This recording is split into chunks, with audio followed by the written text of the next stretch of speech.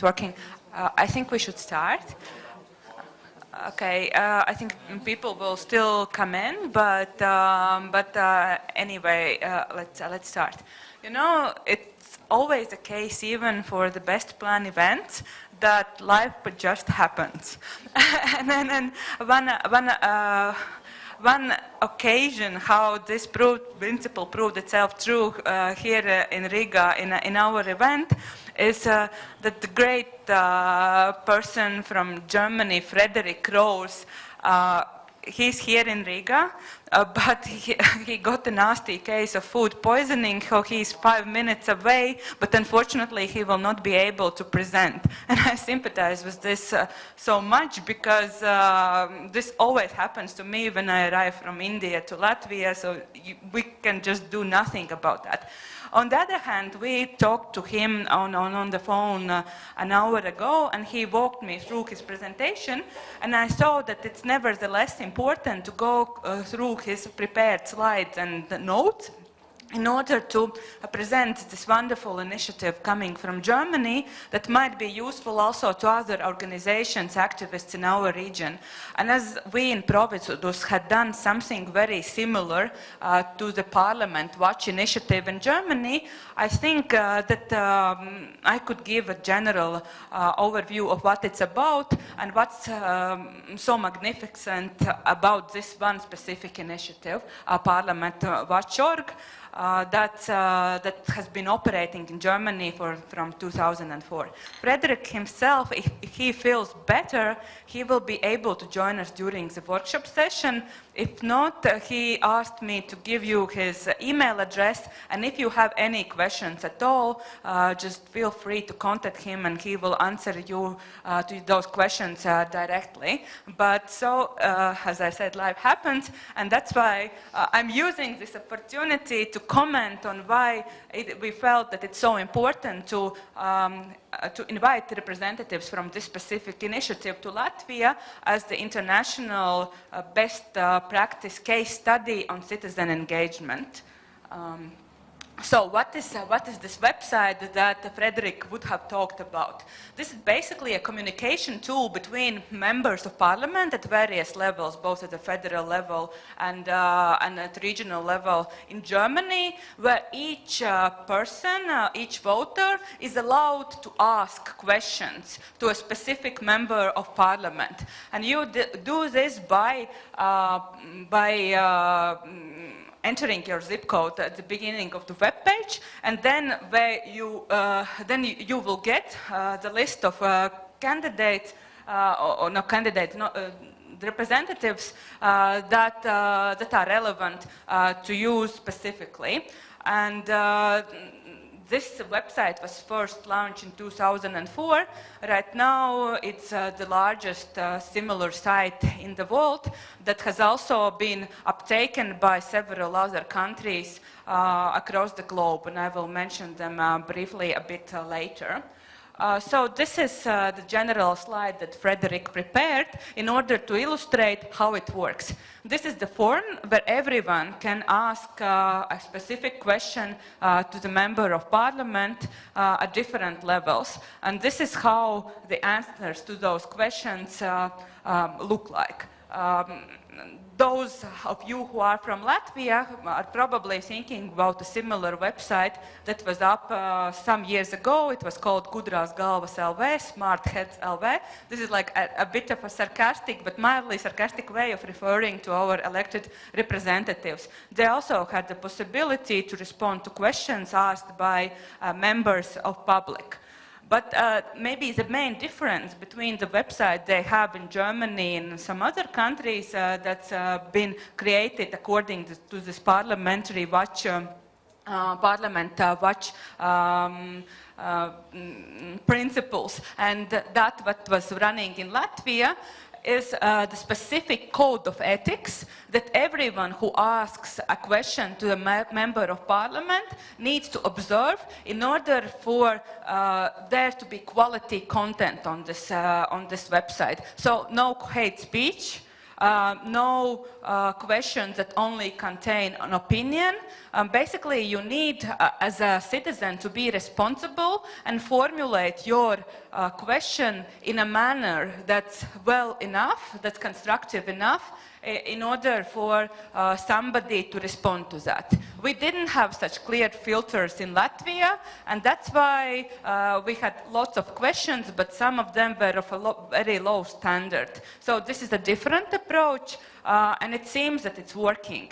And also, the guys behind Parliament Watch has thought about the way how a person can appeal if somebody from the website is saying that your question is not appropriate and giving reasons to that. They basically are allowed to rephrase their question in a better way, excluding all hate speech and excluding very personal opinions addressed to the politician. At the moment, from what I understand from our conversation with Friedrich, around 15 people work on this website. Here you can see the results from 2004, the performance of this website, a tremendous amount of questions, 190,000 citizen questions, and you can see the response rate is really excellent. If we consider that almost all the German representatives are there in this website, then you are very, very likely, if in case you ask a question, to receive a response. 84% response rate is something I don't really know any other parallels, not only in our region, but across the world, where the response rate would be so high.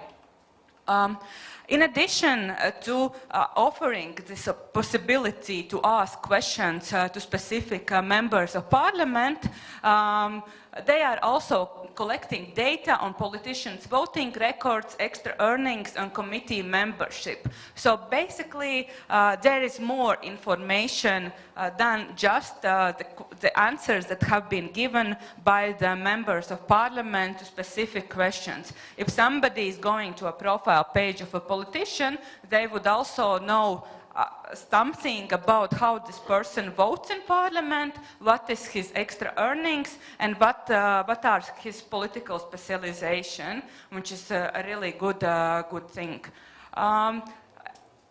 What's also extremely impressive about that initiative that Friedrich represents is that they not only have this website as a tool for communication and monitoring of what's happening in parliament, but they also run an almost a journalistic project, an investigative project in their blog.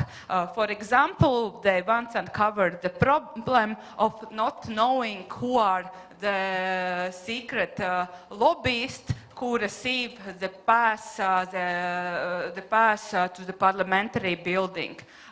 They went to court over this issue and they won the court case.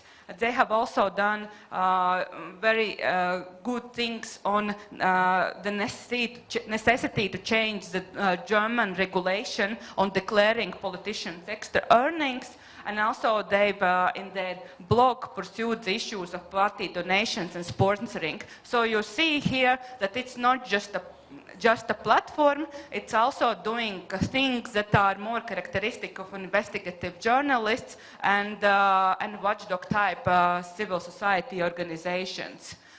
Another impressive thing, one among many that could be told about this specific website that's up there in Germany, is that they have over time grown a really great partnerships with various media outlets who report on the answers that politicians give to specific questions in this website, especially in case if they do something that is of a public importance in their response. But also they tend to include in their websites, in the media's websites, the possibility to ask questions to members of parliament already from there without not necessarily needing to log into the main page of this initiative. Then one other interesting thing about this website is that they grade their members of parliament according to their response rate. This is done in order to encourage members of parliament to respond to more and more questions, so that there are no questions left unanswered. And here you can see that A grade means that this representative responded to almost all questions, while grade F means that this person is totally unresponsive. And this is something that media also reports about, because they have such a good relations and trust to this organization, Parliament Watch. They know that what they are doing is of public importance. Of course, Facebook and Twitter integration goes without saying.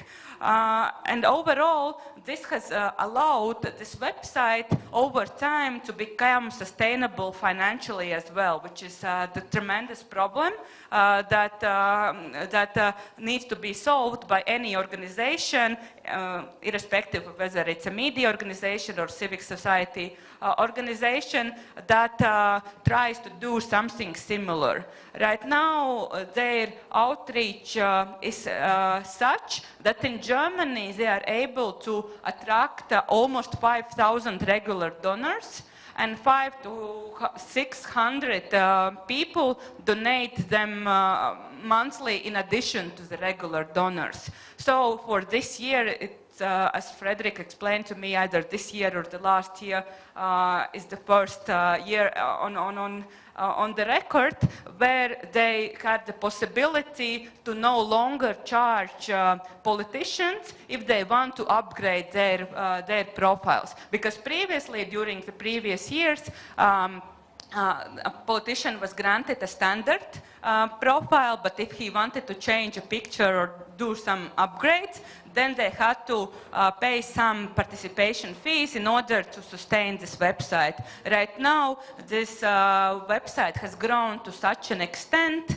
that it's already possible to communicate directly with members of parliament at different levels without them needing to pay for the maintenance of the website. And it has only been possible because of the success of this organization in attracting many donors.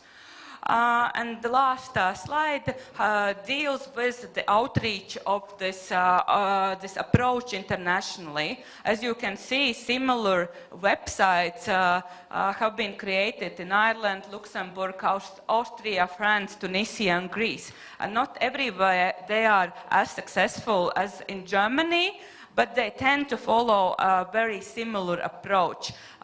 So I think this is one of those major success stories that this has come from our region, Baltic Sea region. It's being exported to other countries as well, and I think that we all across the region have much to learn from that. Unfortunately, of course, if Friedrich was here, he could have responded to specific questions.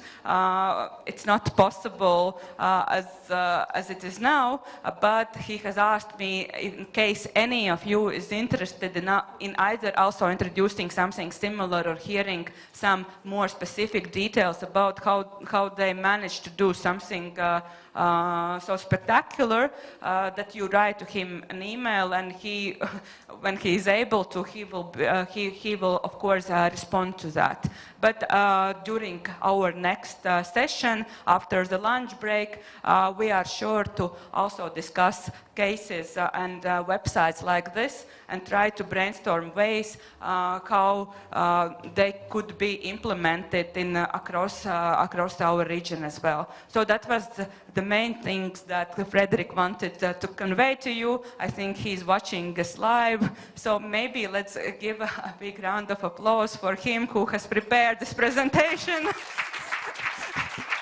Who has come to Riga, but unfortunately, and he might join us a bit later, but we'll see about that. But now Let's turn to our second success story, and it's from Denmark. Marie-Louise represents a company or an institute or civil society organization. I hope you yourself will tell what is it.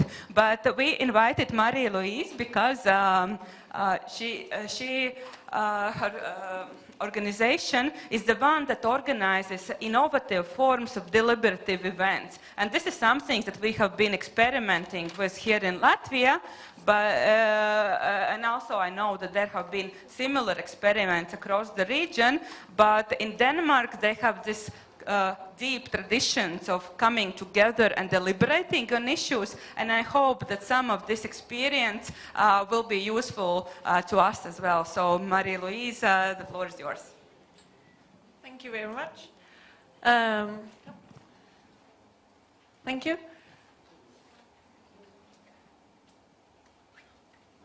And yeah, thank you very much for inviting me. I've been really looking forward for this day because I think it's some very interesting perspectives and a lot of different interesting examples of how public engagement can help face some of the challenges of society. My name is Marie-Louise and I'm a senior project manager at the Danish Board of Technology. We are a non-profit foundation, and we used to be a public board, but was made into a private organization 5 years ago. Our main role is to engage citizens, stakeholders, policymakers, and experts in facing the challenges that society is dealing with. And we work a lot with engaging or combining science, society, and policy making, because they are all making some of the foundations for how to deal with some of the issues that we as societies are dealing with. And we have for more than 30 years been working with different kinds of dialogue and engagement processes involving citizens, involving stakeholders, involving experts, and involving policymakers. So today I will present, I've brought a couple of our projects with us, which I think, does it go through? Yeah, good. Which I think is quite interesting examples of large-scale deliberations, also in an international context, and if I have the time, I will also give present a short example of a national project where we engage a lot of different kind of actor groups, which just finished a couple of weeks ago and has been really well received both from policymakers, from citizens and NGOs. The first project I would like to present is a project called Worldwide Views on Climate and Energy, which is a citizen deliberation project where we involve 10,000 citizens in 76 countries, leading up to the COP on Climate and Energy in Paris in 2015. We organized or coordinated citizen deliberation meetings in all these countries. It's a project that we did together with collaborated with the French government and with the UN. And the main idea is that we bring in lay citizens, so not representatives of NGOs or stakeholders, but everyday citizens with a very good demographic diversity, and we make informed deliberation. They get written information material beforehand, and they get information videos on the day. And we ask the citizens, it's a full-day meeting, and we ask the citizens to discuss some of the issues that politicians and policymakers are discussing at the COP itself.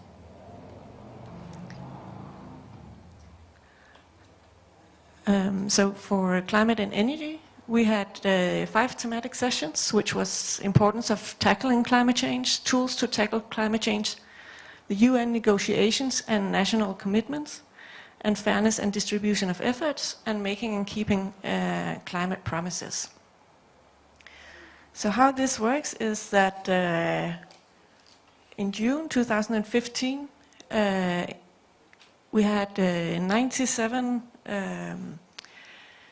full-day meetings where around 100 citizens at each meeting met to discuss climate and energy issues and some of the topics that, or some of the questions that policymakers had to discuss later on in the year at the COP in Paris.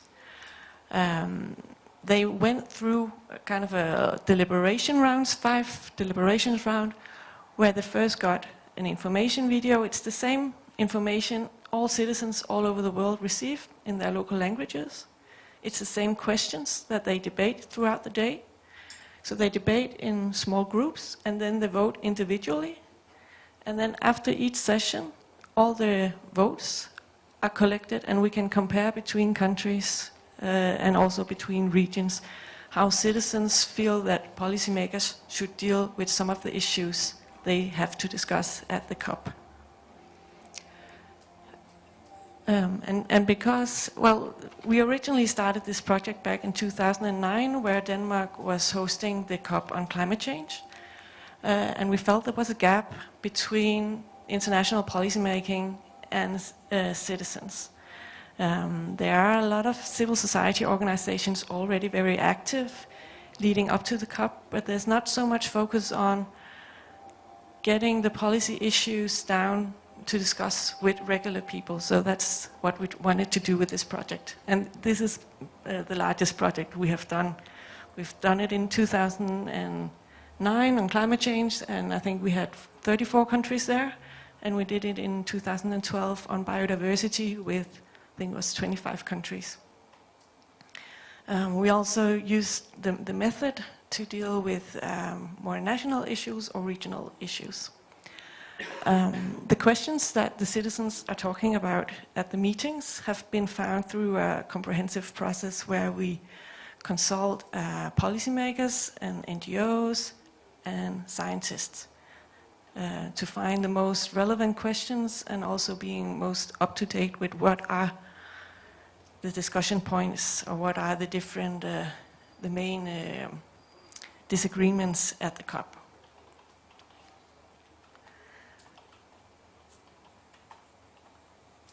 That was a very quick introduction, but just to quickly show some of the things. This is a European project called Simulact, a citizen and multi-actor consultation on Horizon 2020, which is a European research project about engaging society in discussing European research funding and European research topics. If you look at the European or the EU, you have huge difference in how citizens, how much they know about research, but also if they feel they should have a say in what government or the European Union are using their funding on when it comes to research. So this project is about engaging citizens in discussion about what kind of research or what kind of visions do citizens have for the future, and how can we transform this into research topics so that the research funded by the European Commission also reflecting the needs and wishes from citizens of Europe. At the moment, the European Commission, or for the many years, they have already consulted researchers, they consult main industry organizations and so on. So this is a pilot to try to, how can we make citizens more involved and also discuss research policies at a much more citizen level. And yeah, it started in 2005 and it's 30 countries in Europe. It's all the EU countries plus Norway and Switzerland that participated. And it's been a long process. First we had, in all 30 countries, we had visions workshops where citizens formulated their visions for the future. And these were then, so we had in all 1,000 citizens. We had later on citizens, one citizen from each country met up with researchers and policymakers to discuss how can this be, all the visions be transformed into wishes for research. So the citizens and experts co-created some ideas for research topics that the EU could fund, which was then put out in a new consultation which involved both face-to-face consultations with citizens but also with stakeholders, and there was also a small online consultation. And based on that, we got some priorities, we got new feedback on the research topics, and we had some workshops with policymakers from the European Commission and try to make this into specific research topics that they could include in the next work program for European research funding. Along the way, we have had a lot of meetings with also some small workshops with policymakers from the European Commission. How does this, and to give them ideas about what is the diversity of these ideas from the citizens, also so they can include them in their work, because they are in the process of publishing or making the final adjustments to the research work program for 2018 to 2020.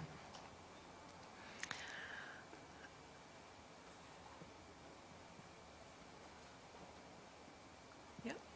So the results from this project, there's been drafted 23 unique research topics that we hope that the Commission will include in the work program. There's brought new perspectives of some of the existing topics that they were already working with.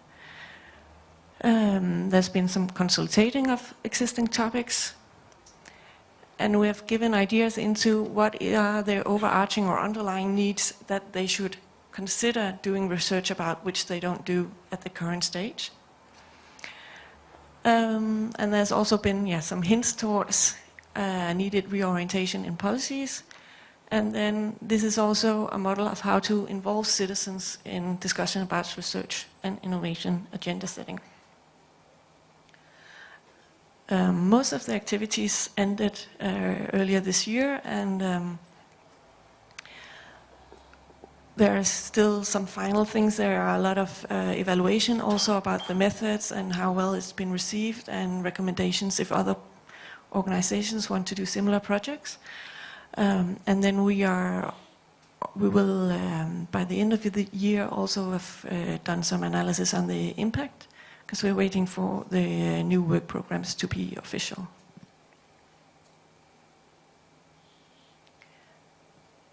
And then if I have a little time, I will just tell you about a multi-actor dialogue process we have done in Denmark, which I think is very interesting and which just finished a couple of weeks ago. It's about prioritizing future land use in Denmark. And this is this is a subject that we have taken up ourselves, and we have then fundraised from foundations to have this project running. And it's the starting point from this was that we could see that all the policies and strategies that the different political or the different ministries, and also both at national level but also at regional and at municipality level, they were all making good strategies, but they didn't take into account that the land that they were planning to make development in was already included in other strategies from other sectors or from other ministries that also wanted to use this land for their development goals.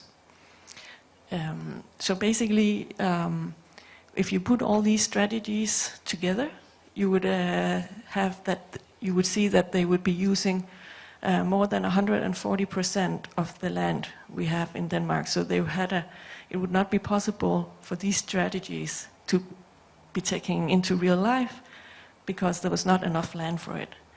So what we asked was for to start coordinating a little bit more, but also start discussing who has the responsibility of prioritization of the different levels. So this has been a relatively long dialogue process. We started out with, we have involved stakeholders, we have local decision makers and politicians, we have had citizen summits, we had public hearings in Parliament, we have closed seminars with the Future Panel, which is a parliamentarian from all parties of Parliament. And we have had, then a final conference with a policy report, and we've done this in collaboration with one of the universities in Denmark. So we started out with making the background, which was both from scientists, but also involving local stakeholders and involving local decision makers in what are the main issues, what are the challenges of planning, and what are the needs and concerns in their daily work as policymakers, but also from local stakeholders. That can be farmer organizations, it can be environmental organization, it can be business organization, and you have also, what do you call it in English, living organization, trying to get people to live in the countryside, or rural living organizations. So we've tried to get all the relevant stakeholders from both sides of the spectrum, because you both have industry, you have agriculture, you have living, you have environmental, you have, so they have been involved in this. And then on this background we got a lot of knowledge about what are the key issues, what are the different points of view, what are the main disagreements, and what are the main challenges that we need to address. And we had then a citizen summit where we had citizens discuss these things and ask the citizens about their prioritizing. How much, or who should it be environmental issues that has the biggest priority? Should it be economic and different things like that? We had a public hearing in Parliament, and then we have these closed seminars and different rounds. And throughout the whole process, we had a steering group consisting of some of the key stakeholders, which was farmers' organizations, it was the national or nature protection organizations, and rural development organizations, and some researchers. And then we had also the Future Panel, which consisted of parliamentarians, and they, throughout the whole process, the Future Panel was consulted on what kind of questions do they want the researchers to investigate, what kind of questions would they like the citizens to answer, what kind of questions would they like stakeholders to answer. So,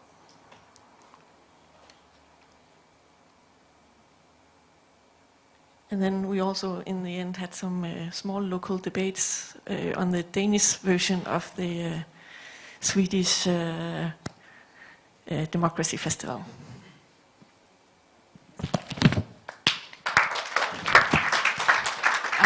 Thank you so much, Marie-Louise. So, as you could see, this is one response to the question that was posed before the break, namely, how do we engage people who are not the usual suspects in democracy festivals?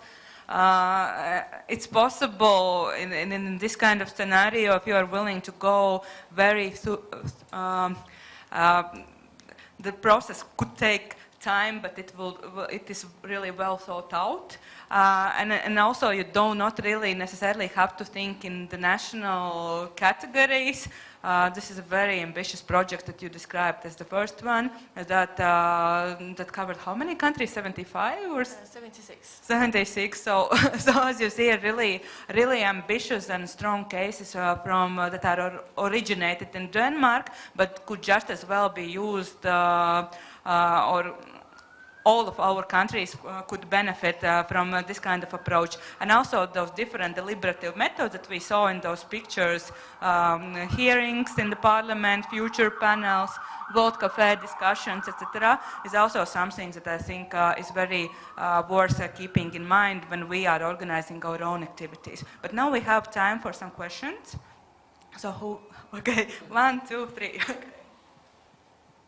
Thank you, Marie. It was like super interesting, and I'm really impressed with what I heard. And I have like many logistical questions, but I'll ask only two now. About the first event, so did you use the same method of written invitations that you sent in all the 76 countries, or you used different methods? And also, could you please tell a bit more about the voting procedures? So did you offer the questions, the same questions in every country, and people voted on them, or did they raise the questions and then voted somehow on what they raised? Like a bit more about the voting procedure. Thanks. Yes. First of all, the recruitment of the citizens. We don't do it in the same way in all the countries because there are different legal constraints on how you can invite people in different countries. In Denmark, we have quite easy access to addresses to send out letters. So in Denmark, we send out personal letters for, I can't remember, it was 3,000 or 4,000 randomly selected citizens. And on that background, we got, I think, about 300 citizens who would like to participate. And from the 300 citizens, we selected about 130 citizens so that they would match or reflect as much as possible the diversity of Denmark when it comes to age, geographical zone of residence, education, also to membership of environmental organizations, because we are trying not to have a green overrun on these kind of events. So we ask people if they're members of any green organization or on civil society organizations. And then we look at the statistic for how many in Denmark are members of such organizations, and then we try to get it to be at the same percentage. So that's how we do it in Denmark. But then we train partners in the other countries in different methods of how to recruit citizens. So it's only in some countries that we recruit by letters. In other countries, they do face-to-face recruiting. They get out at bus stations, as you also mentioned, go to supermarkets, do advertising in local newsletters. In some, I think in Indonesia, they divided the country into different zones and they made profiles about what kind of people did they need from the different areas. Okay, from this area we should get a woman in her 50s who has at least 3 children or something like that, and we need an elderly man who is a farmer. And they send people out to these different areas and say, okay, we need to find someone who fits this description in order to get as big diversity as possible. Okay, thanks. Krista next. Thank you, Marie-Louise. 2 questions. One, do the citizens get any feedback as to, at the end of the project, to what extent their proposals are taken into consideration? Or in other words, what has been, did this have any effect? And second question is, such ambitious projects are obviously very expensive. How are they funded? Thank you. Yeah. Well, about the effect, that's a little different from project to project. With the first Worldwide Views project, we cannot ensure that the results are making an impact. What we can promise is that we make our best to make sure that policymakers have heard the results. And we do that by participating in pre-COP, official pre-COP events, because we are collaborating with the UN. We are allowed to get into the events. We also make official side events in collaboration with the UN at the COP. So what we can promise from that kind of, with the Worldwide Views project, is that we make sure that results are heard by policymakers.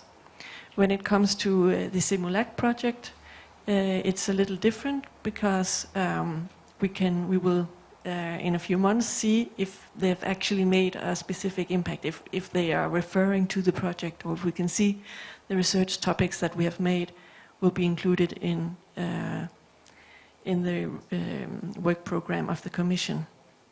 And in Simulac we keep newsletters, and we inform the people who have participated on a running basis of what is the current status of the project.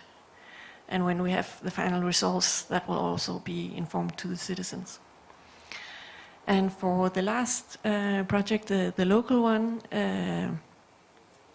this has, we've also keeping the citizens and the different stakeholders that have been involved quite informed about when we have new reports or new policy briefs. And there's also been quite a lot of debate about the results politically in the newspapers, so the citizens have also been able to follow that there. So we sent them information letters and so on.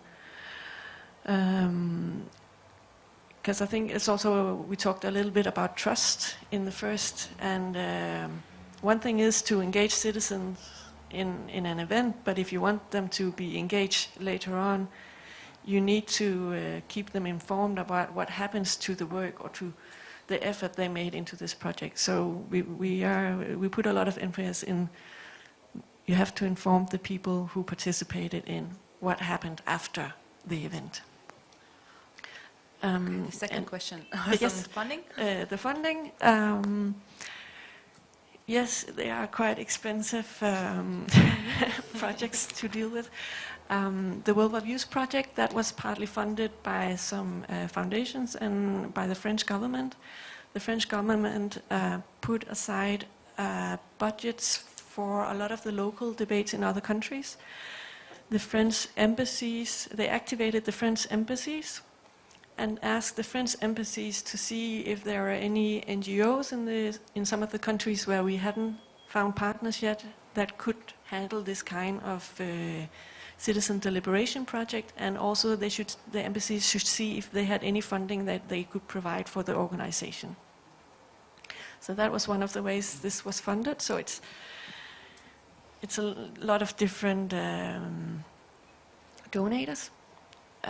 And with the Simulac project, that was a research project that we applied for, so that was funded by the European Commission. And the Danish example, that was from a Danish foundation that we, for a couple of years, negotiated about starting this project. And it took about 2 years, I think, before they finally gave us the money. But Okay, thanks. There was one more question from Mix.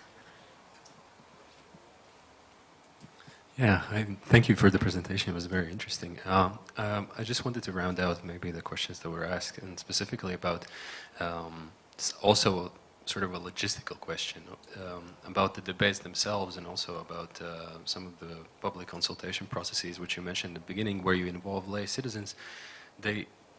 It appeared that they're talking about relatively complex subjects, and so my question is actually about the debate process itself. Do you have, what's your experience in, like, what are some of the methods that work best so that the proposals that arrive from these discussions are actually very meaningful and useful, and because in certain cases you need this expert opinion, you're involving people who might be, who might be a person who might be a farmer or somebody who might not be involved in these complex subjects. So what are in your experience some of the most effective ways of organizing these discussions so that they arrive at a strong proposal that can be used as well? One of the things that we make sure to ask people is that they're not invited as experts, or as scientific experts at least. They're invited as experts in their own life. They have some everyday experience, and they have aspirations for society and wishes for the future. And that's where they should take their starting point. So also because they're not experts, we do a lot of work with trying to make these very complex issues much more tangible, and trying to I wouldn't say simplify it, but trying to make it more understandable for lay people to be able to participate in the discussions. And that's, we also have, we're trying to, well, we both have the written information material, which even though it's been communicated on a much more layman terms, it's still a little bit complicated, but then we also have some videos which use a lot of figures and cartoons to show what is the issues that we need to discuss. And then, depending on what the subject is, you can also have smaller or bigger groups, and we try to make the questions as relatable as possible. So when we talk about some of the climate change, we try to make it in a way that they can relate to it. But of course it's difficult because it's high politics. It's a lot easier when you're talking about regional planning or planning in Denmark, because you have farmers. Well, they know how their life works, how the farming works, and how they would like to expand. And they know about the discussions already happening with environmental organizations or with industries. And some of the logistic of the meeting is, we do have, in a lot of these meetings, we have a table facilitator, which is a neutral person usually, who helps to guide the discussion on making sure everybody's heard, but also can help to clarify questions if there's any questions. And regarding the question about questions at the World Reviews project, the questions were formulated beforehand, so the citizens had to vote on the same questions in all the countries. In some countries they used electronic voting systems, and in others it was just printed papers that they could hand in anonymously after each discussion round. Okay, one last question. I just can't resist if there's an opportunity. I have an instant solution for your 140% land problem. See what the Dutch have been doing for the last few centuries. And before they take over your land, you have to move fast. I have real doubts about the representativeness of these people who participate. In your Danish example, you started off with 3,000, 300 responded, and 130 were actually recruited. That's 2.5%. I can't really see that that can be representative of Denmark. That's the negative part. The positive part is, could you give us some concrete examples of what came out of these discussions on energy? Say that the top 1 or 2 or 3 good suggestions that came out of these deliberations. Thank you. Just a short comment that ensuring representativeness is always a nightmare in these kinds of scenarios. So yes, we have organized similar discussions in Latvia as well. It's very hard to manage it 100%. Yeah, and that's also one of the reasons why we try to emphasize that it's not, we do not aim for representativeness, because that will be impossible with these kind of numbers. What we're trying to do is have the group of citizens participating reflect as much as possible to the different demographics of the country. One of the challenges of any citizen participation or engagement activities is to have that it's not the usual suspects that show up every time. And we try to, one of the ways that we try to get around this is to have these demographic data that we want them to live up to. So it's not perfect, but it's a way to ensure that they reflect the demographic of the country. But yes, we cannot claim representativeness. And the second question on the example of this energy discussion, did something come out of this? Or one best idea? We don't have time. Well, I cannot... Something you remember. Well, I cannot come up on anything right now, but I can give you some examples in the break. Okay, excellent. Thank you so much, Marie-Louise. Thanks. Okay, now I have 2 mics. Okay, now we proceed to Katja Danilova from Estonia. The initiative she will be talking about has been mentioned here already several times, but we are really happy to explore it in more depth. So the floor is yours, Catalina. Can I have a mic also? Yes, your mic.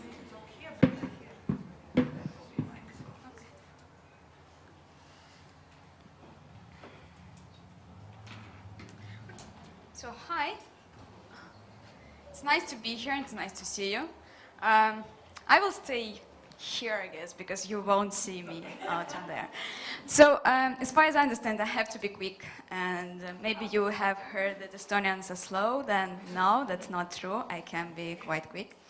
Today we'll talk to you about co-creation and policy making in everyday democracy. So I'm Katja. I'm actually head of communication of Estonian Opinion Festival. We got inspiration 5 years ago. We have a small, nice year this year from Almedalen Opinion Festival. But today I will talk to you about, yes, People's Assembly, and if you have some questions also regarding our Opinions Festival, because it's really different than Almedalen's one, then I can answer it during the break. So we have quite a nice state of participatory democracy in Estonia because we have many NGOs, and we have 1/3 of people having some volunteer work done. We have also open government partnership, yes, and also this year in autumn, for the first time, our youngsters will participate in local elections. It's a nice win for us. But at the same time, experts say that we have little everyday democracy in the sense that people are more passive than active, and they don't really get what does it mean open democracy and why do we need transparency in the sense that we suggest. And also, they say that young people, though they're really active in social media, digitally they're passive, digitally they are not well educated, and at the same time we still have quite many non-citizens. Probably you know in Baltic countries it is a problem, especially in Estonia and Latvia. And so it's something that really prevents us from saying that we have a really good and perfect deliberative democracy. And as you maybe also have heard, we as Estonians think of us as an e-country. So we try to solve problems also with e-solutions. And maybe that's why we have participatory budgeting mainly as an e-solution in more than 15 local governments. Also, we have some crowdfunding and crowdsourcing platforms. And we had 4 years ago People's Assembly in Estonia. So just a background, why this happened, why we had, because actually what we had is quite similar to Marie-Louise's experience. They had this grand major project. We had like small national project. And the background is that in 2012 happened the major corruptional scandal. And you know, it doesn't happen often that people go out on the streets and that they actually protest, especially in Estonia. And so this protest paid attention, and this protest meant that experts, but also politicians, and also civil society activists had to rethink things that are happening in society. They had to think what we can do actually to change the thing that we're governing today. So many paid attention to this, but especially President of Estonia, Toomas Hendrik Ilves, he called people together, experts, politicians, civil society organizations, and so on, just in a, let's say, discussion round to discuss what can be done. And what often happens with such kind of initiatives is that they become forgotten fast, because they happen with a really small number of people participating and so on and so on. So we're really trying to do something to prevent this from being forgotten. And in parallel happened 2 events. One of them, and they happened in parallel, like they developed in parallel, and they're really, in its essence, very different, because one is an online solution, the other one is an offline solution. But they have something in common. This something is that what can we do to actually bring people together? By people, I mean citizens and politicians and ministers and businessmen, to discuss topics that are important for them and to discuss it in a manner that they will be heard, each of them, that they can actually have a dialogue. Because discussion doesn't always mean a dialogue. So one of them was an opinion festival. It's happening in a small town in Estonia, and this opinion festival is a platform. We do not say what topics you have to discuss. We just give you a space, a place to put your topic and to make a discussion. And the other one was a People's Assembly, an online decision platform that consisted of, let's say, two parts. One was a website. It was launched in January 2013. And during 3 weeks, we gathered ideas. We gathered ideas from all different people in Estonia on 5 topics, all of them concerning political system. So those topics were openness of political landscape, financing of political parties, public participation in policymaking, electoral system, and political patronage. You had an opportunity to put any topic that you want, to put any comment, any suggestion. The only restriction was that you really have to be logged in with your ID. It's a document, electronic documents that we use in Estonia. During those first 3 weeks, we got nearly 6,000 ideas. As you can imagine, those ideas, some of them were the same. Some of them were old in the sense that actually they were for a long time a law and solved, but people didn't see this coming. So after that, we had to cooperate with experts. We had something like 30 experts who really read all those ideas, and they tried to understand which kind of impact those ideas will have, how these ideas can be put together, in what kind of propositions to the parliament. And after this was done, it was done like in cooperation with experts. We had some rounds, again, discussion rounds with those who actually suggested those ideas, just to understand whether we understood your idea correctly and so on and so on. And after that, those process happened, let's say it's gathering of ideas in January, then experts analyzing ideas through February and March. And then in April, we had one day, a deliberation day, where exactly what we also use. We used, well, we say that it was a representative random sample of 300 people. Really good experts of Estonia tried to do it as a representative sample. So they tried to measure it, that really those people who represent Estonia will be participating in this event. We had a lot of buses and transportation so that all those people can actually come to Tallinn for this one day to discuss. And we had 18 questions voted on, discussed. So those were questions that really, as Marie-Louise also said, what we taught people that you're not experts, but for you to understand the topic, we will explain you pros and cons of each proposal.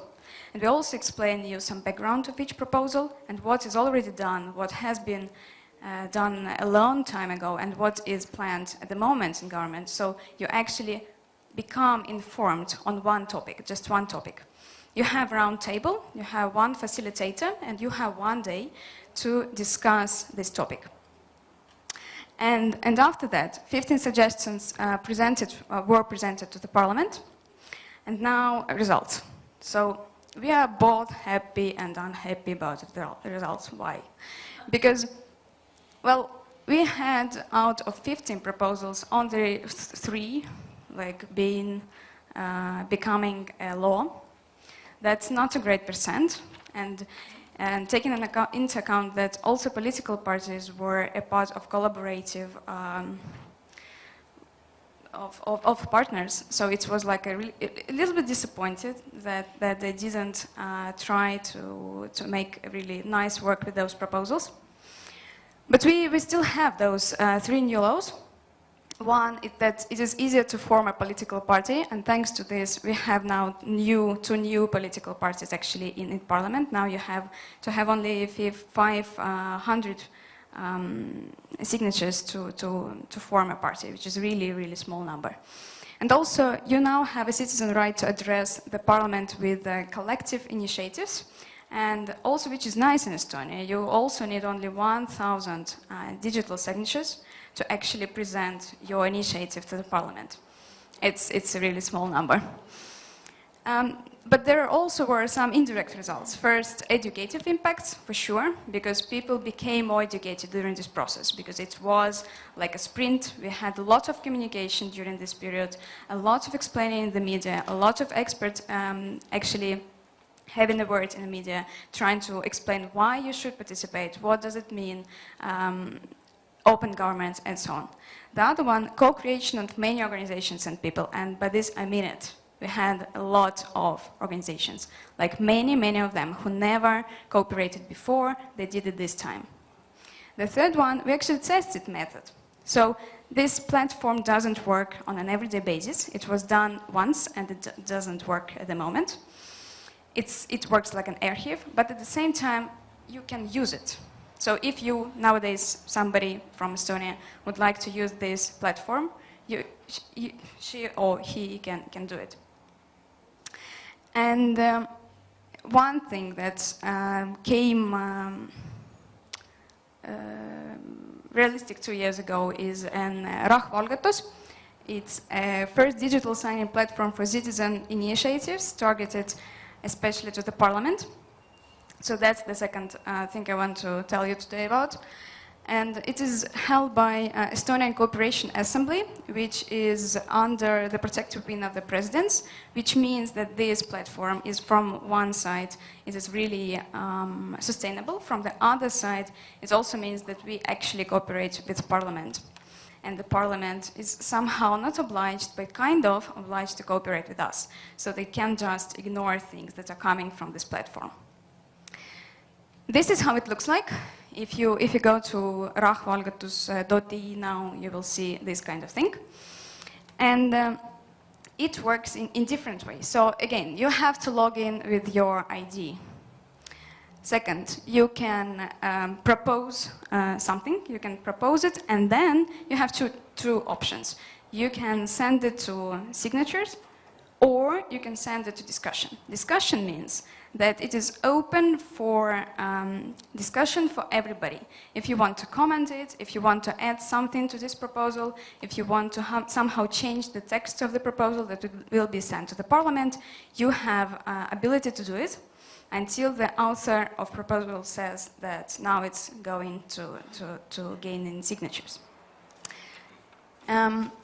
Why it is special? Well, first, it is first digital signing platform, which means that if Parliament gets a proposal from this platform, it is really obliged to take a look into it. Second, it is built on the first co-creation and collaborative decision-making platform, Estonias. You can also use it by yourself and for all other purposes. For example, if you want in your organization that works in, I don't know, plenty different countries to have some meeting or discuss some project, you can do it online in this platform. So Rahvaalgatus is just one part of this motor that we used of Estonias. It is first public participation platform created by a non-governmental organization, but though with a tight cooperation with the parliament. And we have agile IT development, beta version. Soon it will be an open source, which means that you can use it, you can implement this in your country. We will not forbid you, and quite differently we will advise you how to do it. And it's focusing on creating critical mass of users, which means that they're really focusing on advising how to put your idea on this collaboration platform. So since March 2016, we had 14 initiatives. 9 of them were sent to the parliament with some kind of 16,000 digital signatures. We have quite many web visitors, and if you see topics, so they are environmental. It is Rail Baltic. I guess that Latvia and Lithuania can like understand what I'm talking about. It's a basic income topic, cannabis and vape, because we have now quite an active discussion in Estonia about this. And national holidays. You know, people want to have more holidays than they have at the moment. Plans for this year and next year is that we actually advise potential campaigners, which means that we not only tell you that you can use our platform and do whatever you like, but we also advise how to actually make your petition work, how to make it work not only on our platform, but in all different dimensions of your lobby work. And also we would like to focus on young people, because yes, they are not so actively participating in online democracy, though they can. We would like to digitally literate elderly people, so also for them that if they already use bank accounts, bank system, online banking system, and they do this, then they also can use some collaborative democracy methods. And the last one is non-Estonian speakers. Well, that's hard because I'm also from Russian community, so we are not like one group. You cannot talk just to some representative of Russian community, but you actually to have think through which kind of people will you try to connect to. And it's not that simple. It's not that simple to try to engage them in this democracy making process. I have also here some nice reports, actually, two of them. They're really useful. One of them is not about Estonia, but also about Finland and Latvia. And those are active links. So if Ebert will send documents after this conference, then you can also take a look at those reports. So let's innovate democracy together. That's all from me.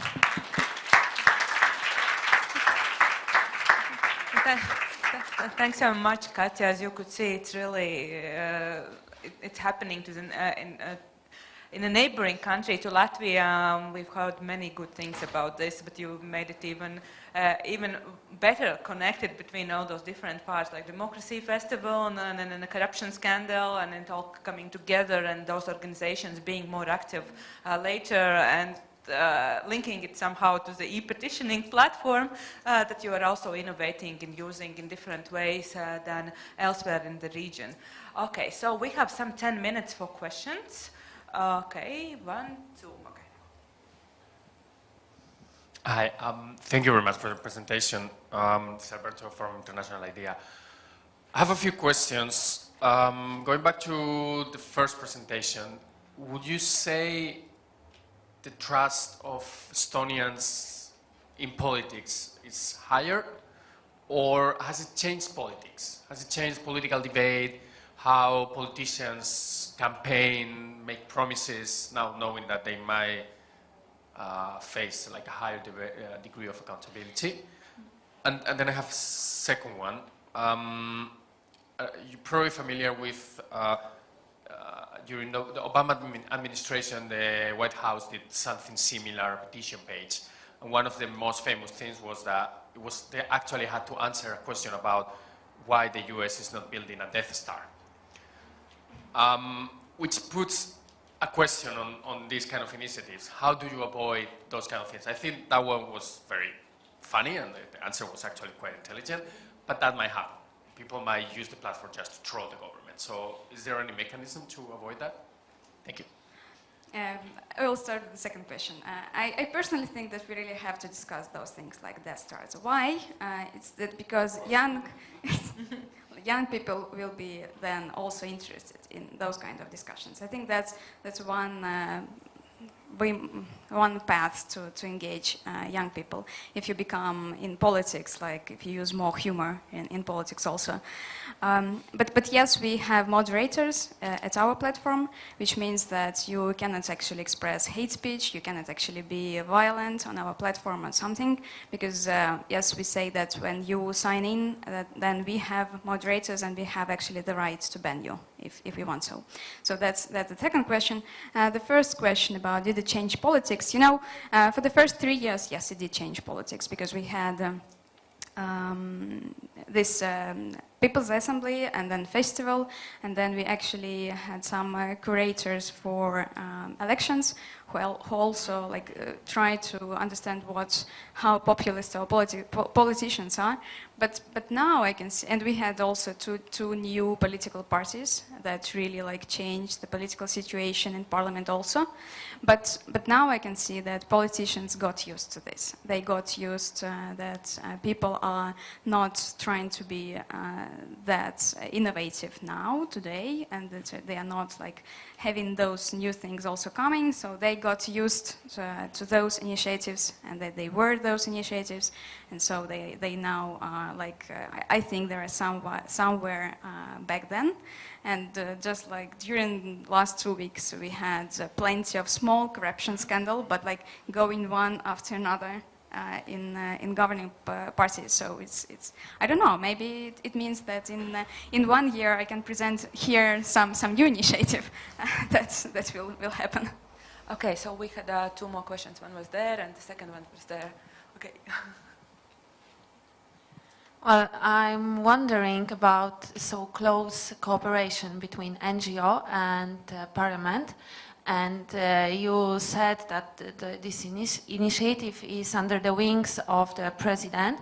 And I'm wondering, the NGO that is taking care of that things, was it organized and dedicated to take care of it when all those corruption crises became, or it was an existing NGO that was in right place and in right time then, and it was chosen to cooperate with Parliament? It existed, yes. This NGO was existent at that time.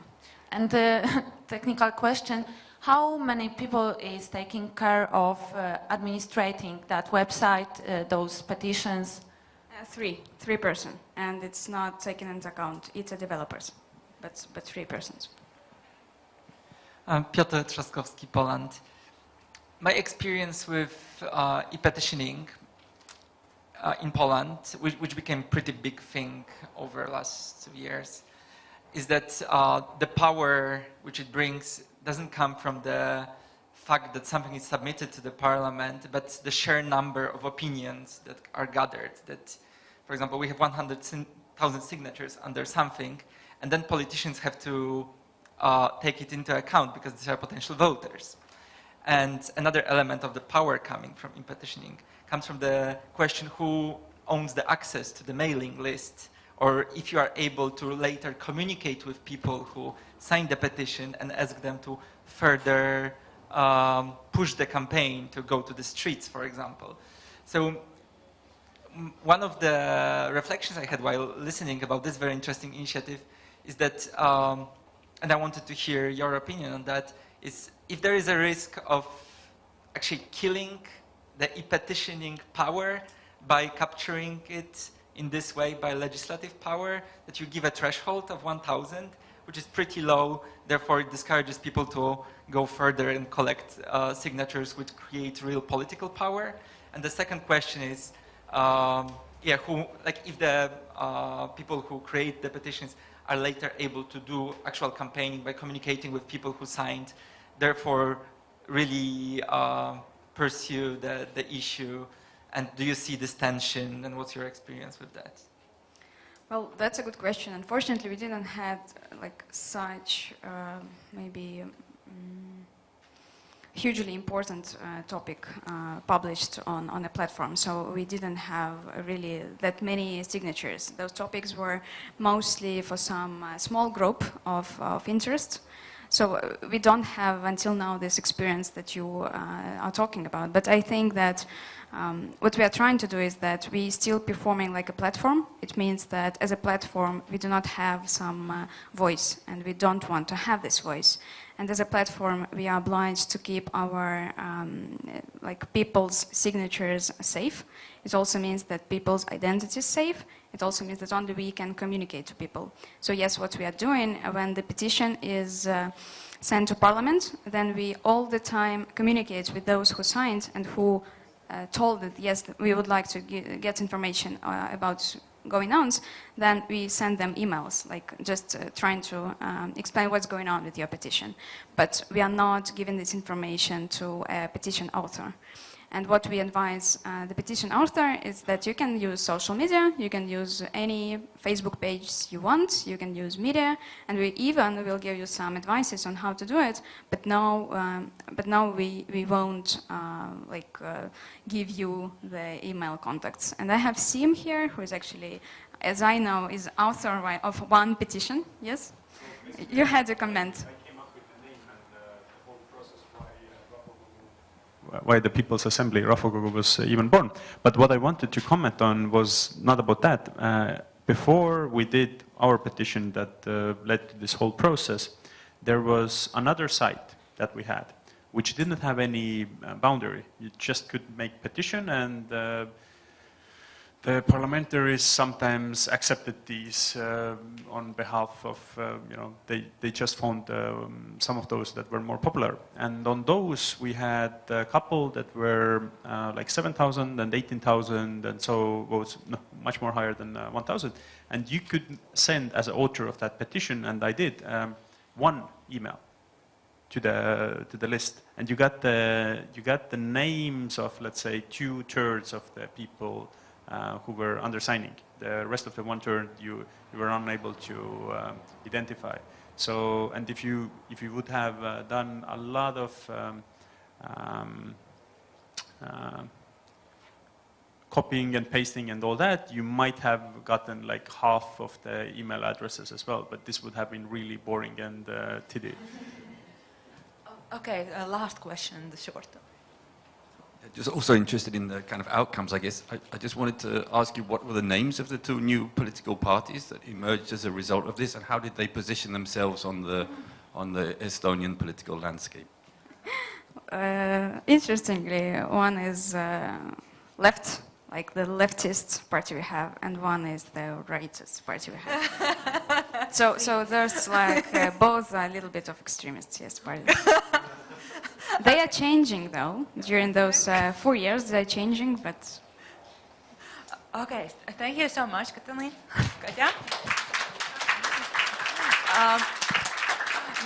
Now we move on to something totally different. During those presentations, you've heard a very global level. For example, the Danish story that deals with building trust and engaging citizens at the global level. Then we heard some initiatives that are mostly working on a national level. And now we are moving to the micro level. And we're still on this topic of trust. And also still on the topic of what to do and how to engage those people who are not usual suspects, the term that's been used a number of times here during this conference. Namely people who might even not participate in elections, and they do not always trust even their fellow citizens, let alone government and parliament. And one very interesting case, and quite a radical case story arises in Latvia, and that's why I'm so happy to introduce Krista Burāne, who is a screenwriter and a playwright. And she did something very intriguing in one suburb of Riga. So, floor is yours. Thank you, Iveta, for inviting. Hello, everyone. As Iveta said, my name is Krista Burāne, and mostly I'm not a screenwriter and playwright, but director. I work as a documentary filmmaker, and I work in a performative art field as director, and mostly I work with documentary materials and so-called reality experts. It's a normal term for the people, everyday people who take participations in performances, and we build together performances, but I like to work in a big scale. Still, it's not in a theater space, but I like to work and use as a scene the street or the part of the city or the pavilion of the Riga market space. And yeah, Iveta asked me to tell you about my last performance. Was named Borders, and I made it in a suburb in Riga called Purciems. It's a swamp village. Built in 70s, Soviet buildings, and we chose to work with people who lived in so-called Riga Big China Wall. This Big China Wall consists from 5 big apartment blocks where lived approximately 2,500 of people. And one of these houses was my childhood house. I spent there my first 18 years, and this was my personal motive work there. So, and yes, what I want to say before I show you a short video about the performance is what I really like to make intimate and personal meeting points and meeting possibilities for strangers. Because I really believe that these personal meetings can change personal thinking and can change something in people. I don't, okay, I have lost my trust in myself that I can something do in a big political scale. But I really trust in these small changes in personal behavior and personal thinking and personal attitude to each other. So, and this is what I do when I work as an artist. But yeah, and if you want, you can call me as a social active artist. It's what I like to do. But it's really important for me to connect these reality aspects and these reality expert lives with fantasy, with imagination, with non-reality thinking, which is really needed, in my opinion, if we really want to step out from this reality which we don't like. We have to somehow imagine, somehow to train our imagination about different possibilities. So, now the short video, and after short explanations, and then I hope for the answers. Questions. So.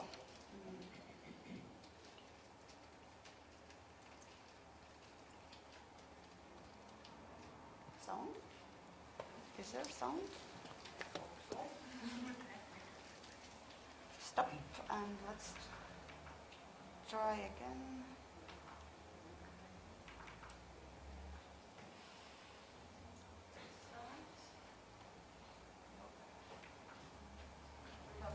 Technical support with us.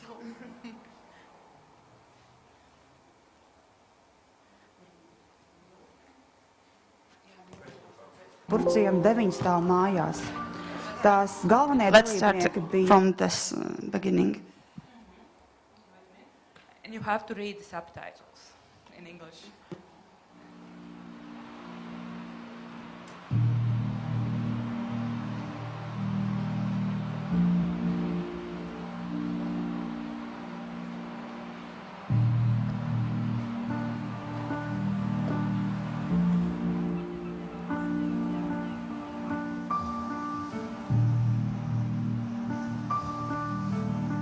Izrāde Robežas ir dokumentāla līdzdalības vides izrāde, kas noritēja Rīgā, Purciem mikrorajonā 5 Purciem 9 stāv mājās.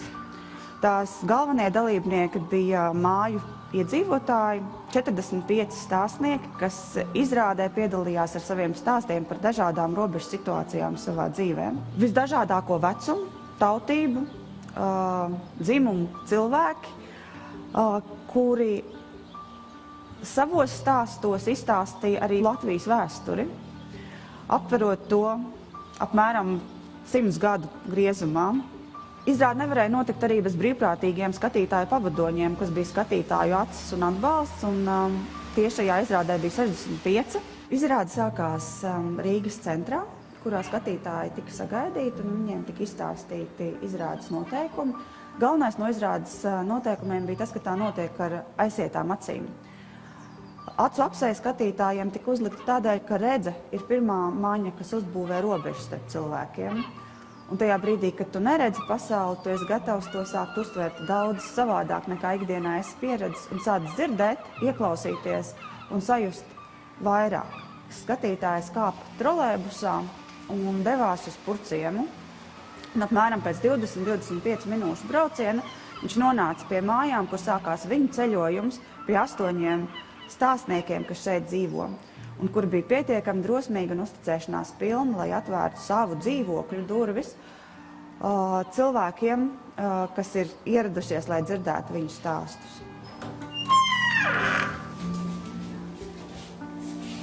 Nākat, lūdzu. Jā, tagad pa kreisi. Man sauc Jautrīte. Tātad es jūs pagriezīšu pišķi. Jā. Aiz jums ir ķeblītis. Ir var sēsties. Varam sākt? Es domāju, ka jā. Labi. Jau dzīvokļu mājā nebija dzīvojusi, un kur nu vēl 9 stāvi, un kur nu vēl blaku. Brālim bija 16 gadi, viņš atnesa pasi mājās, parādīja man, un tad sākas saruna.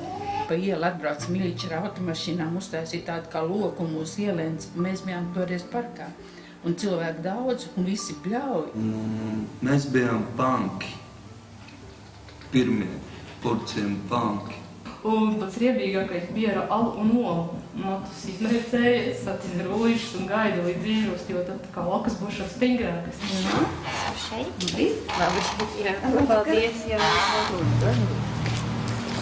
Un pakāpiens uz leju. Tagad spēram šīs rokas.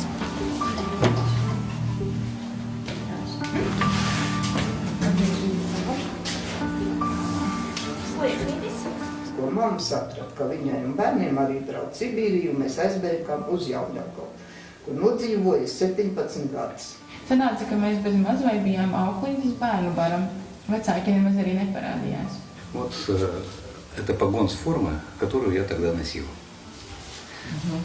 Atgriežoties mājās, ievēroju, ka tūrs ir aizslēdz tikai ar vienu pagriezienu, un arī logs, kuru bija atstājis vaļā, tagad ir pievērts. Viņi jau zināja, ka es daudz reizes tur biju, bet neko nevarēju atrast. Bet es pēkšņi saku, ka, zini, es sapratu, par ko gribu kļūt. Es būšu veterinārārsts. Manas skaistās bīzes pierāpoja pilnas ar tām muttīm. Tātad šeit mans puisis, kaķis, tas šķiegurs. Man jau 3 gadus ir mājas sajūta atkal. Mēs veidojām šo izrādi tādēļ, ka vēlējāmies pretoties bailēm, agresijai un vienaldzībai, kas valda sabiedrībā, kurā mēs dzīvojam. Un mēs vēlējāmies pierādīt, ka uzticēšanās, atvērtība un silta cilvēcība ir iespējama šeit un tagad. Mums ir vienkārši jārada vieta, kur cilvēkiem satikties, un jārada apstākļi, lai viņi vēlētos stāstīt un uzklausīt viens otru.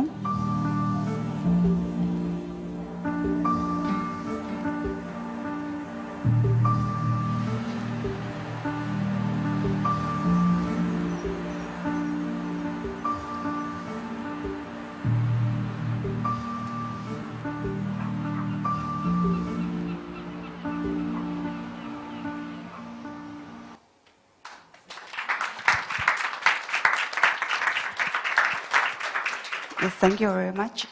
Yeah, maybe there are questions.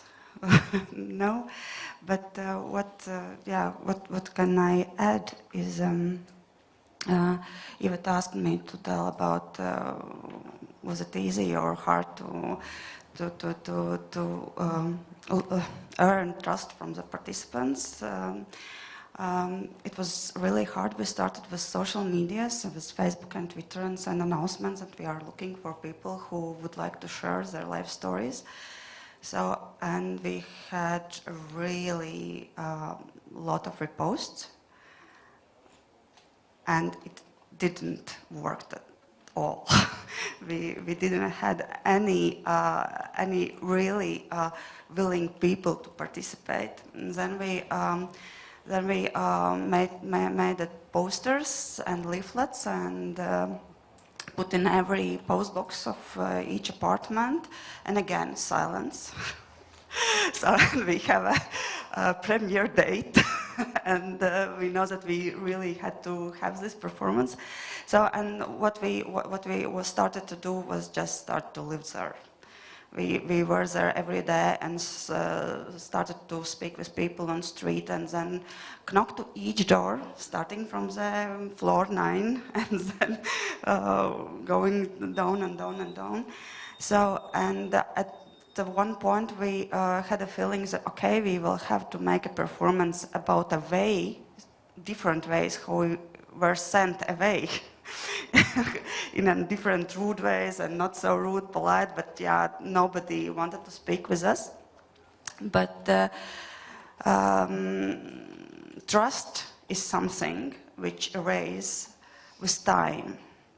And even if it's a huge block apartment houses with more than 2,000 people, if you live there, if you speak with people, you started to be noticed.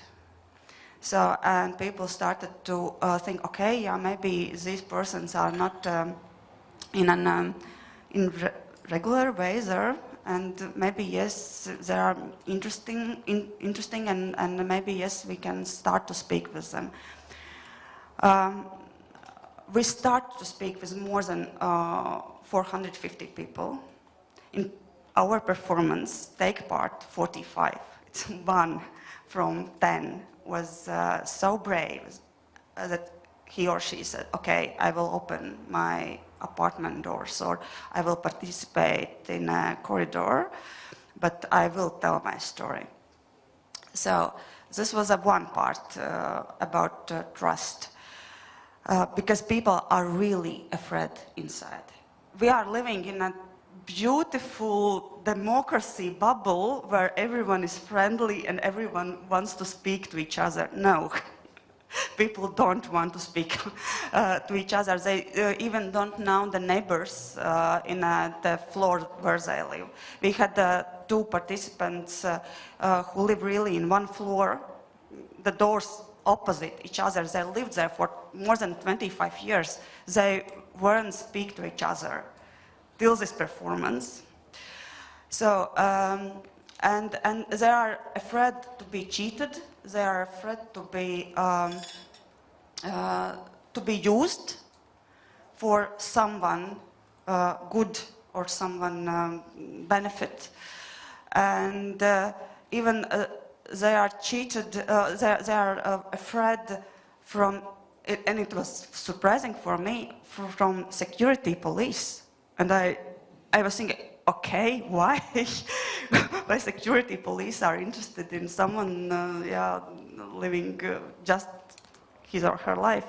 So, but people don't want to speak, and they, of course, they don't want to allow someone to enter the door, which is like a gate in the castle. Yeah.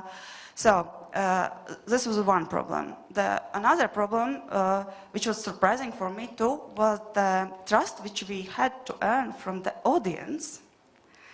If I ask you now to raise your hands, who would like from you take participation in performance if you know before that you will have spent 3 hours with closed eyes with someone you don't know together, somewhere where you don't know? Who would, yeah. Some, yes, yeah, but there are some who is thinking, no, maybe it's too dangerous. And even if you know, and it was surprising for me, because I'm a person who jump in, yeah, with great pleasure to the adventures like this, but people, and again, the audience are afraid from being cheated from artists' sides, and yes, it was the big problem for us too. So, and but we succeed, and I'm really happy about what happened, and we really worked. Yeah. just finish your thought and then I'll go on. Okay, yeah. So, and I think that even we work only audience and participators and volunteers, which was really important part of this performance. Volunteers who led the audience, the persons which say how to make a step and what is around, and so we work together with 600 people only together. We had 14 performances, but what this performance, this wave of information or wave of discussion about it was really big after performance, and these questions about trust and about what is the role of art in society and what is really important to erase this trust situation was taken up in medias, and there were a lot of articles and a lot of critics and interviews with participators. And what I can say about participators, yes, this performance made a big impact of on their lives, and they were really happy to meet each other, and it was one of the biggest results of this, greatest results of this performance, yes. I can confirm what you've been saying. I will come to you and for everyone for the questions. I just wanted to say that this is one of those stories where we as citizen engagement planners or activists can understand what does it take to get to those people who are usually not the first ones to volunteer to participate in different discussions on policy issues, on the future of the country, etc. This is what it takes. It takes to go to them and try to discuss to earn their trust, and it's never easy, and it always takes time. So that's why we invited Krista with us just to illustrate the extent to which people, especially in the countries that have been under Soviet occupation for decades, what these societies need to overcome in the souls of people, if I might say so, in order to trust each other, let alone the state or the state institutions. Thank you very much. I thought it was very interesting. I have questions about the audience. Are the audience also citizens from that area, or was it possible for everybody to become audience? And I was also wondering if you, after the 3-hour performance, if the audience were meeting up afterwards to discuss the experience. Thank you for questions. Audience was from not only from this area. Everyone who wanted could buy a really cheap ticket to be there. But I was really happy about the situation where people from Purtsiems went to this performance, and they were saying, yes, we are living, but we want to experience this from this side, and we want to get now something more about people who live there. Yeah. And now people didn't meet after the audience, didn't meet after the performance. It was super individual journey, and I wanted them to stay as individuals after that and think about and feel, and yeah, and as the one part of audience, of course, was from the different other parts of cities. They had to take their bus or trolleybus back to their houses. And after that, there were some people who wrote me or make a note on Twitter, on Facebook, that it was really important for them to be on this way back with open eyes, but with open ears too now. Because in these 3 hours, in a time of these 3 hours, the total psychophysic being was changed, and they experienced their and the others in a different way now. Thanks. Just a very brief remark and a question. So thanks a lot, Chris. I think this is fantastic work, and it actually reminds us that technology, which a lot of times is helping us to be more transparent, reach out. We're super quick to give status updates of insignificant things. It also leads to an isolation of a different sort. I think in real life people become shyer and more isolated. So I think reminding people of this is super important. The question I have is that you mentioned that you didn't, the participants didn't, the audience didn't gather afterwards, but you also said that there were interviews with them.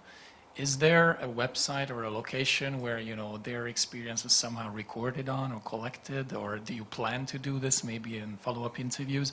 I think that's the true impact here, how it changed their lives, both audience and storytellers, and it would be interesting to see this in one collection of sorts.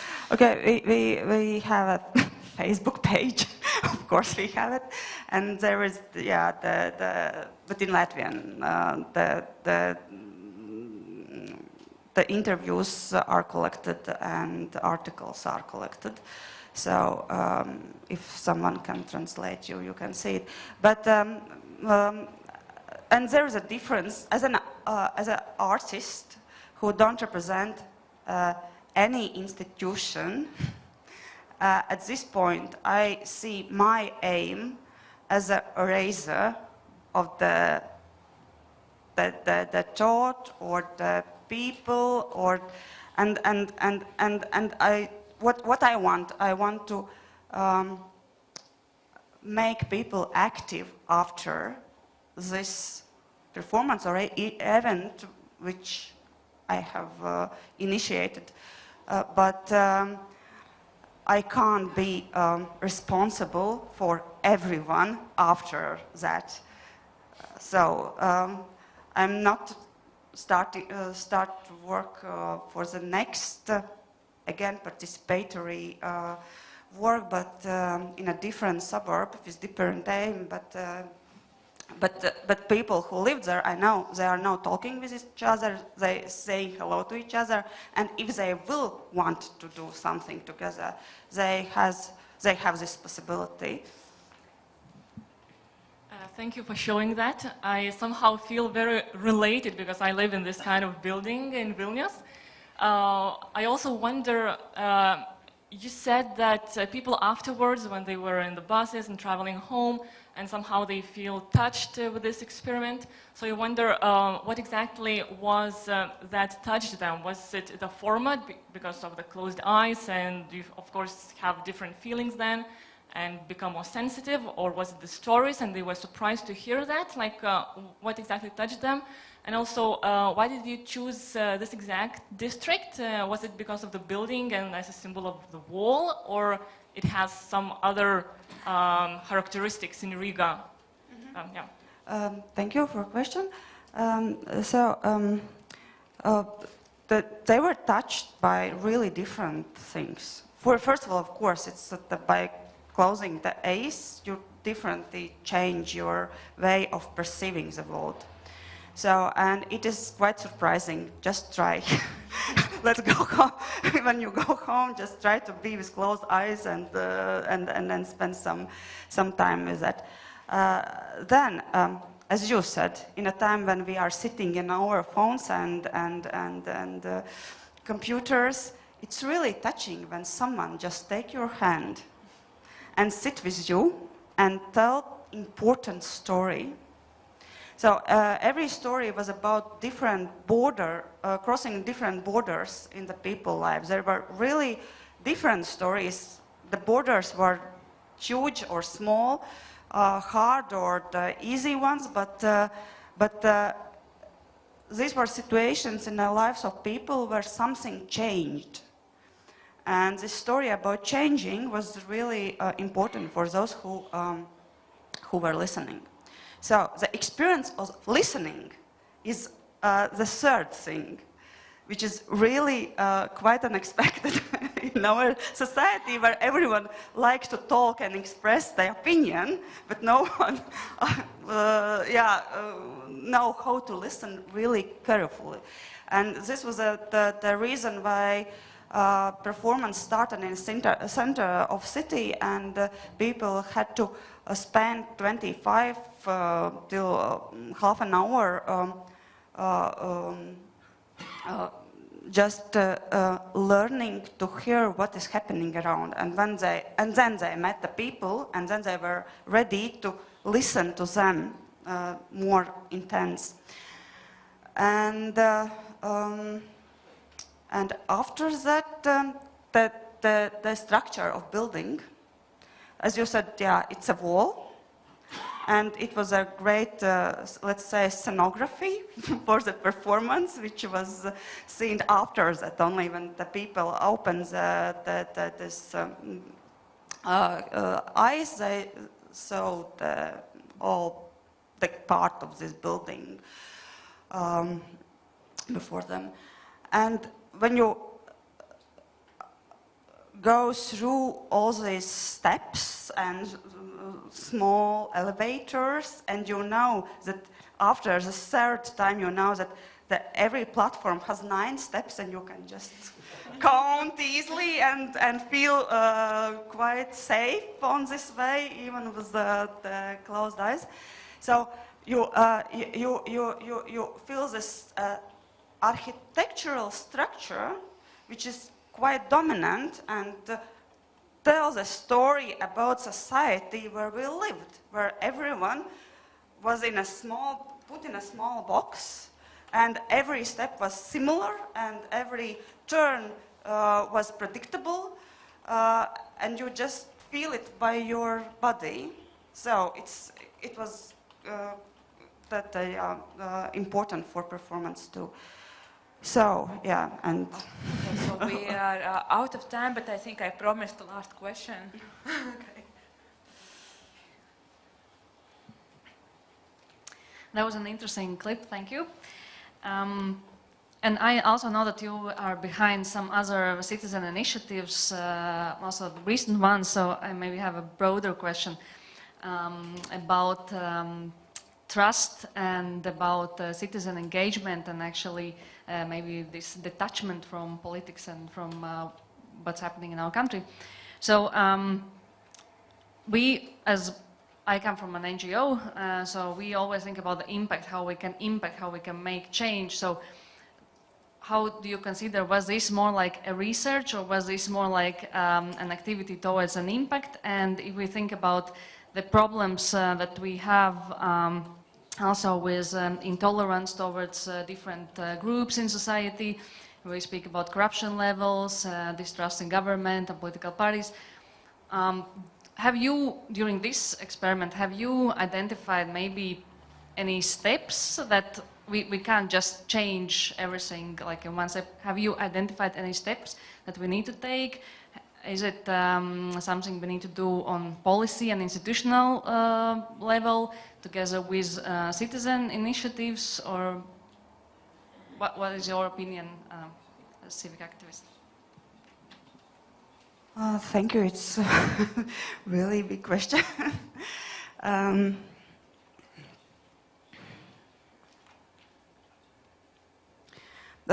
Of course, there's no one right way how to act. But I believe that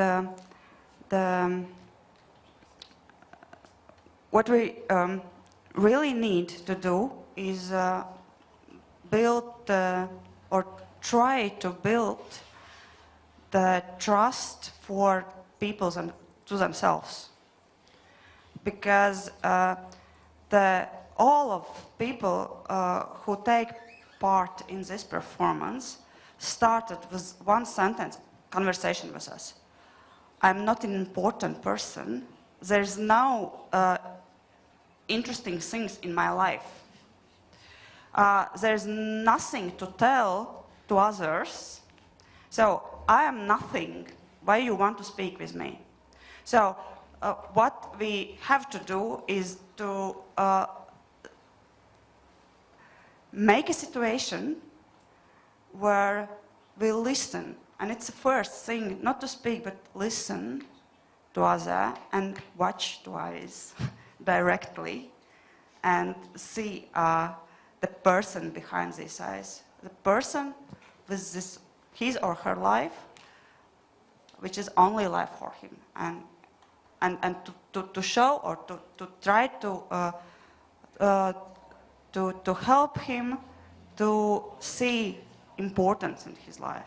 So, and after that, when he will see that he is important, he will start to be active.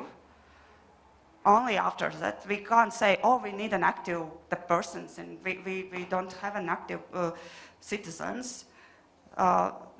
Nobody can't be active. So. Okay, thank you so much, Krista.